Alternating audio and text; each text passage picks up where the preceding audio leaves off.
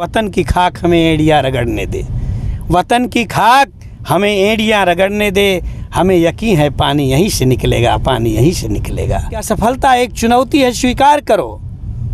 क्या कमी रह गई है, सोचो और विचार करो।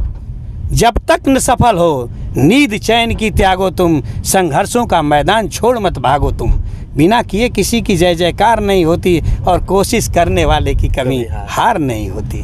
लोकसभा चुनाव अपने अंतिम फेज में है। हमारे साथ बातचीत करने के लिए राजनीतिक विशेषज्ञ रंगनाथ दुबे जी हैं। आज हम चर्चा करेंगे पूर्वांचल की। सर, अगर मैं पूर्वांचल की आपसे बात करूं, जो कि बीजेपी के लिए इस किले को भेदना बड़ी बात रही है, क्योंकि सपा ने यहां पर अच्छा प्रदर्शन किया है। पूर्वांचल की जो सीटें हैं कैसे देखते हैं? हमको जहाँ तक लग रहा है कि पूर्वांचल में जो जातिगत वोटर हैं और जो बहन जी की जो कुछ प्रक्रियाएं और प्रत्याशियों का जो चयन है, उसको लेकर के वोटरों का रुख जो है बिल्कुल बिखरा हुआ है। और उस बिखराव का लाभ जो भी पार्टी ले लेगी और जिसके तरफ झुकाव है, वो मैं उसको विस्तृत रूप से बताना नहीं चाहता हूँ। और वास्तव में उसके परिणाम, अच्छे परिणाम जिसके तरफ झुका होगा उसी को मिलेगा। रंगनाथ जी, अगर मैं राजनीति की बात करूं तो एक दौर आपने देखा था जब कांग्रेस यहां पे शासन कर रही थी। उस समय अन्ना हजारे का आंदोलन हुआ, काफ़ी उग्र आंदोलन था। रामलीला मैदान में हर भारत के हर गांव शहरों से लोग गए थे। फिर बीजेपी आई, लेकिन क्या बीजेपी ने जनता को जो विश्वास दिया, उस विश्वास पे क्या वो खरा उतर पाई? बीजेपी ने जिस बेसिस पर शुरू में अन्ना हजारे के आंदोलन से संदेश लेकर के जो परम आदरणीय प्रधानमंत्री मोदी जी ने जो स्टेप लिया था, वास्तव में स्टेप तो सही लिया। उन्होंने जो घोषणाएं की, उस घोषणाओं में से 1% भी काम नहीं हुए। इन्होंने 2-3 अच्छे काम किए। 370 धारा को हटाया, इन्होंने राम मंदिर के निर्माण में महत्वपूर्ण भूमिका निभाई, इसमें कोर्ट का सबसे बड़ा योगदान है। और जो 3 तलाक का मामला है उसको भी उन्होंने करके इस देश में मुसलमानों की महिलाओं को सम्मान दिया है। ये उनके बहुत ही अच्छे काम हैं। राजनीति की अगर मैं बात करूं, पूर्वांचल के राजनीतिक बिसात की अगर मैं बात करूं, बहुत सारी पार्टियां हैं, बहुत सारे नेता हैं, लेकिन क्या ये जो चुनाव है लोकसभा का, अगर हम कहें गुंडों की बात हो रही है, माफियाओं की बात हो रही है, मसीहा की बात हो रही है, रॉबिन हुड तक की बातें हो रही हैं, क्या ये चुनाव यहीं पर सिमट कर रह जाएगा? विकास के मुद्दे उजागर नहीं होते? ये मेन बात यही है कि जिस प्रत्याशी को भारतीय जनता पार्टी ने उतारा है, उस प्रत्याशी का जो मूल रिकॉर्ड है गाजीपुर का, जो गाजीपुर का लोकसभा है, उसका मूल रिकॉर्ड है, उसका जनता मतलब बखूबी जानती है और शिक्षा के क्षेत्र के लोग और बखूबी जानते हैं। इसका असर चुनाव पर पड़ रहा है। विकास की जहाँ तक बात की जाए तो जो विकास करने वाला आदमी है वो मैदान में आया ही नहीं। विकास कौन? मनोज सिन्हा जी अगर मैदान में होते तो कुछ बातें दूसरी होती। उन्होंने जिस प्रत्याशी का किया, जिसको गांव की जनरल जनता बिल्कुल नहीं जानती, उनका नाम तक नहीं जानती। मुलायम सिंह की सरकार थी तो इन्होंने उसमें पूरा अपना जो स्टेटस बनाया, रिकॉर्ड बनाया, वो जनता के दिमाग में आज भी घूम रहा है कि छोटा सा पावर मिलने के बाद इन्होंने जो किया है वो अभी पावर इनको मिल जाएगा तो आगे क्या करेंगे, इसका बहुत बड़ा प्रभाव है। अगर जो भी लोग देख रहे हैं, मैं आपसे चाहूँगा आप क्या कहेंगे एक राजनीतिक विशेषज्ञ के रूप में? आपने जितना भारतीय राजनीति को देखा है, आज कट्टा की बात होती है, कलम की बात होती है, यार विकास कहाँ गया?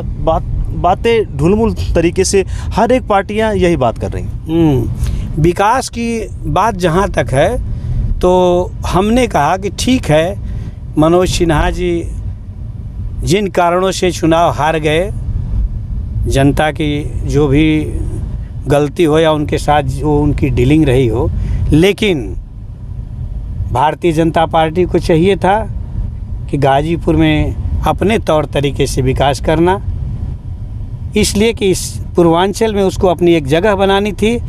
न माननीय मुख्यमंत्री ने ऐसा किया, न माननीय प्रधानमंत्री ने ऐसा किया।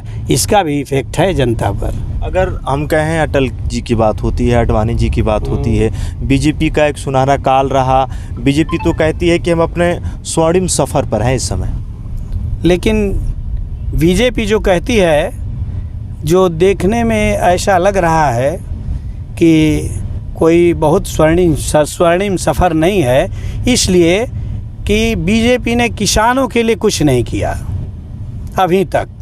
न किसी बीज का, जो आपने आय दुगुना की बात कही, वो भी खिलाफ है।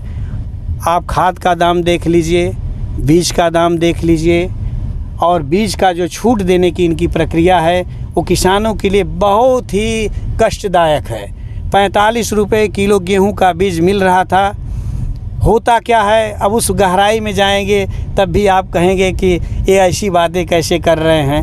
हम बीज खरीदते हैं जा कर के, छूट दूसरे के खाते में जाती है, और वो जो ब्लॉक का कर्मचारी है उससे मिल करके और आधा आधा बांट लेता है। अगर मैं आपसे छूट नहीं मिल पाती है। जैसे कांग्रेस का दौर था ना, तो लोग कहते थे कि जब ऊपर से 1 रुपये आते हैं तो हमारे यहाँ आते आते 25 पैसे मिलते हैं, जो पहले के लोग कहते हैं। लेकिन बीजेपी ने कही बहुत सारी व्यवस्थाएं हमने बदली, लेकिन क्या पटल पे जो अधिकारी हैं वो सही से काम नहीं कर पाते? योगी जी, मोदी जी तो यहाँ पे नहीं आएंगे।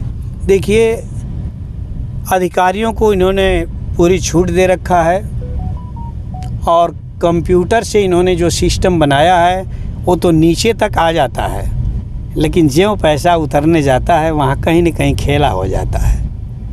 और जब खेला होगा तो वही बात हुई कि आते आते 25% या 30% या 40% कर दीजिए, लेकिन होता खेला ज़रूर है। उस खेला को गवर्नमेंट भी जानती है, अधिकारी तो बखूबी जानते हैं, इसलिए कि उनके अंडर में होता है। इशारी बातें जानते हैं लोग, लेकिन उसके बाद भी कोई कार्रवाई होती नहीं है। तो बस यही कहना चाहूँगा कि अगर क्षेत्र का विकास करना है किसी भी, वो हारे या जीते, बस एक ही बात होनी चाहिए कि वतन की खाक हमें एड़ियाँ रगड़ने दे। वतन की खाक हमें एड़ियाँ रगड़ने दे। हमें यकीन है पानी यहीं से निकलेगा, पानी यहीं से निकलेगा। और सफलता तो लगी रहती है। हरवंश राय बच्चन ने कहा है कि असफलता एक चुनौती है, स्वीकार करो। क्या कमी रह गई है, सोचो और विचार करो।